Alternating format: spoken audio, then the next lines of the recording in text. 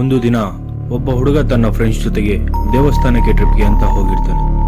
ಹೋಗಿ ಮತ್ತೆ ವಾಪಸ್ ಟ್ರಿಪ್ ಮುಗಿಸ್ಕೊಂಡು ಅವರ ಅಮ್ಮ ಅವರ ಊರಲ್ಲಿ ಜಾತ್ರೆ ಇದೆ, ಎಲ್ಲರೂ ಅಲ್ಲೇ ಇದ್ದಾರೆ ಅಂತ ರಾತ್ರಿ 9 ಗಂಟೆಗೆ ಆ ಊರಿಗೆ ಬರ್ತಾನೆ.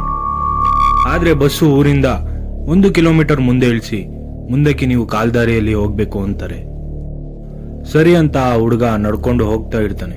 ಆ ದಾರಿ ಪೂರ್ತಿ ಕತ್ತಲೆ ಇರುತ್ತೆ, ಚಂದ್ರನ ಬೆಳಕು ಬಿಟ್ರೆ ಇನ್ನೇನು ಇರಲ್ಲ. ಹಿಂಗೆ ನಡ್ಕೊಂಡು ಹೋಗ್ತಾ ಇದ್ದಾಗ ಪಕ್ಕದಲ್ಲಿ ಒಂದು ಮರ ಕಾಣಿಸುತ್ತೆ. ಆ ಮರದ ಕೆಳಗೆ ಒಂದು ಹುಡುಗಿ ಕುತ್ಕೊಂಡು ಅಳ್ತಾ ಇರ್ತಾಳೆ.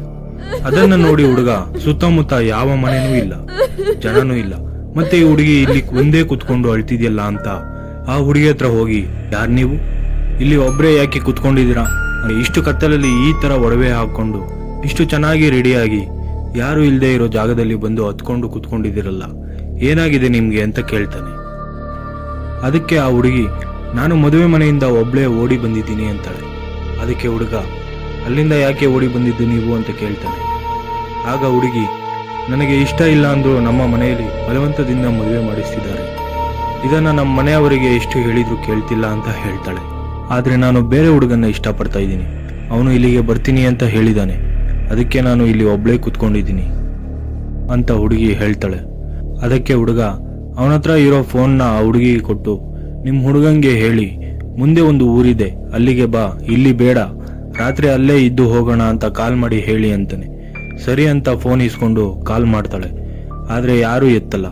ಅದಕ್ಕೆ ಹುಡುಗಿ ಕಾಲ್ ರಿಸೀವ್ ಮಾಡ್ತಿಲ್ಲ, ಅದಕ್ಕೆ ಮೆಸೇಜ್ ಮಾಡಿದೀನಿ ಅಂತ ಹೇಳಿ ಹುಡುಗಂಗೆ ಮೊಬೈಲ್ನ ಕೊಡ್ತಾಳೆ. ಅದಕ್ಕೆ ಹುಡುಗ, ಸರಿ ಆಯ್ತು, ಇಲ್ಲಿ ಜಾಗ ಸರಿ ಇಲ್ಲ, ಬನ್ನಿ ಬೇಗ ಬೇಗ ಮುಂದೆ ನಮ್ಮ ತಾಯಿಯ ಊರಿದೆ, ಅಲ್ಲಿ ಜಾತ್ರೆ ನಡೀತಿದೆ, ಅಲ್ಲಿ ಹೋಗೋಣ, ನಿಮ್ ಹುಡುಗ ಬಂದ್ಮೇಲೆ ನೀವು ಹೋಗೋರಂತೆ ಅಂತ ಹೇಳಿ ಅವರ ಅಮ್ಮಂಗೆ ಫೋನ್ ಮಾಡೋಣ ಅಂತ ಫೋನ್ ಎತ್ಕೋತಾನೆ. ಆದ್ರೆ ಫೋನ್ ಸ್ವಿಚ್ ಆಫ್ ಆಗಿರುತ್ತೆ. ಸರಿ ಅಂತ ಮುಂದೆ ಹೋಗ್ತಾ ಇದ್ದಾಗ ಒಬ್ಬ ತಾತ ಸೈಕಲಲ್ಲಿ ಬೀಡಿ ಹೊಡ್ಕೊಂಡು ಬರ್ತಿರ್ತಾನೆ. ಅವರನ್ನ ಹುಡುಗ, ತಾತ ಟೈಮ್ ಎಷ್ಟು ಅಂತ ಕೇಳ್ತಾನೆ.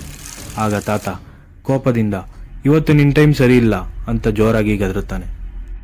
ಅದಕ್ಕೆ ಹುಡುಗ, ಟೈಮ್ ಕೇಳಿದ್ರೆ ಬೈದ್ಬಿಟ್ಟು ಹೋಗ್ತಿದಾರಲ್ಲ ಅಂತ ತಿರುಗಿ ನೋಡಿದ್ರೆ ತಾತ ಮತ್ತು ಸೈಕಲ್ ಎರಡೂ ಕಾಣಿಸಲ್ಲ, ಬರೀ ಬೀಡಿದು ಹೊಗೆ ಮಾತ್ರ ಕಾಣಿಸುತ್ತೆ. ಸರಿ ಅಂತ ಮುಂದೆ ಹೋಗ್ತಾ ಹೋಗ್ತಾ ಹುಡುಗಂಗೆ ಆ ಹುಡುಗಿಯ ಕಾಲಿನ ಗೆಜ್ಜೆ ಶಬ್ದ ಜೋರಾಗಿ ಕೇಳಿಸೋಕೆ ಶುರುವಾಗತ್ತೆ.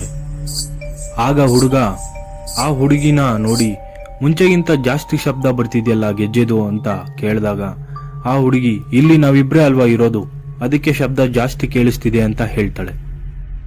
ಸರಿ ಅಂತ ಹುಡುಗ, ಇನ್ನೇನು ಊರು ಬಂತು, ಬನ್ನಿ ಬೇಗ ಬೇಗ ಹೋಗೋಣ ಅಂತ ಹೇಳಿ ಹುಡುಗ ಬೇಗ ಬೇಗ ಹೋಗ್ತಾ ಹೋಗ್ತಾ ಏನಾದ್ರೂ ಇದ್ರೆ ತಿನ್ಕೊಂಡು ಹೋಗೋಣ ಅಂತ ಬ್ಯಾಗಲ್ಲಿ ಇರೋ ಕವರ್ ತೆಗಿತಾನೆ. ಅದರಲ್ಲಿ ಪ್ರಸಾದ ಇರುತ್ತೆ. ಸರಿ ಅದನ್ನೇ ತಿನ್ಕೊಂಡು ಹೋಗೋಣ ಅಂತ ಅದನ್ನ ತೆಗೆದು ಹುಡುಗಿಗೆ ಕೊಡೋಣ ಅಂತ ತಿರುಗಿ ಹುಡುಗಿನ ನೋಡ್ತಾನೆ. ಆದ್ರೆ ಆ ಹುಡುಗಿ ಸಡನ್ ಆಗಿ ಆ ಹುಡುಗನ ನೋಡಿ ನಗ್ತಾ ಇರುತ್ತೆ. ಅದನ್ನ ನೋಡಿ ಹುಡುಗಂಗೆ ಆಶ್ಚರ್ಯ ಆಗುತ್ತೆ. ಸರಿ ಹೋಗ್ಲಿ ಬಿಡು ಅಂತ ಆ ಪ್ರಸಾದನ ಆ ಹುಡುಗಿಗೆ ಕೊಡೋಕೆ ಹೋದಾಗ ಆ ಹುಡುಗಿ ಕಿರ್ಚಾಡೋಕೆ ಶುರು ಮಾಡುತ್ತೆ. ಬೇಡ, ನಂಗೆ ಬೇಡ, ಅದನ್ನ ಎತ್ತಿಡು ಅಂತ ಆ ಹುಡುಗಿ ಹೇಳೋಕೆ ಶುರು ಮಾಡುತ್ತೆ.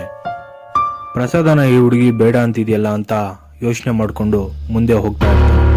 ನಂತರ ಆ ಪ್ರಸಾದನ ಬ್ಯಾಗಲ್ಲಿ ಎತ್ತಿಡ್ತಾನೆ. ಅದನ್ನ ನೋಡಿದ ತಕ್ಷಣ ಮತ್ತೆ ಹುಡುಗಿ ಗೆಜ್ಜೆ ಶಬ್ದ ಇನ್ನ ಜಾಸ್ತಿ ಕೇಳೋಕೆ ಶುರು ಆಗುತ್ತೆ. ಹುಡುಗನಿಗೆ ಗಾಬರಿ ಶುರು ಆಗುತ್ತೆ. ಆಗ ಹುಡುಗ ಅವನ ಬ್ಯಾಗಲ್ಲಿ ಇರೋ ಕುಂಕುಮ ಮತ್ತೆ ಯಂತ್ರನ ಕೈಯಲ್ಲಿ ಹಾಕುತ್ತಾನೆ. ಸಡನ್ ಆಗಿ ಆ ಹುಡುಗಿಯ ಕಡೆ ತಿರುಗಿ ಅವಳ ಕೈಯನ್ನ ಅದೇ ಯಂತ್ರ ಮತ್ತು ಕುಂಕುಮದಿಂದ ಹಿಡ್ಕೋತಾನೆ.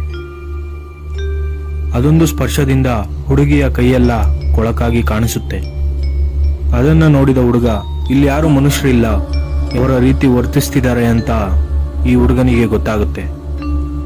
ಇಲ್ಲಿಂದ ಎಷ್ಟು ಸಾಧ್ಯವೋ ಅಷ್ಟು ಬೇಗ ಊರಿಗೆ ಹೋಗ್ಬೇಕು ಅಂತ ಹುಡುಗ ಬೇಗ ಬೇಗ ಅಲ್ಲಿಂದ ಹೋಗ್ತಾನೆ. ಕೊನೆಗೆ ಅವರ ತಾಯಿಯ ಊರು ಸಿಗುತ್ತೆ. ಅವನ ತಾಯಿಯ ಮನೆ ಹತ್ರ ಬರ್ತಾನೆ.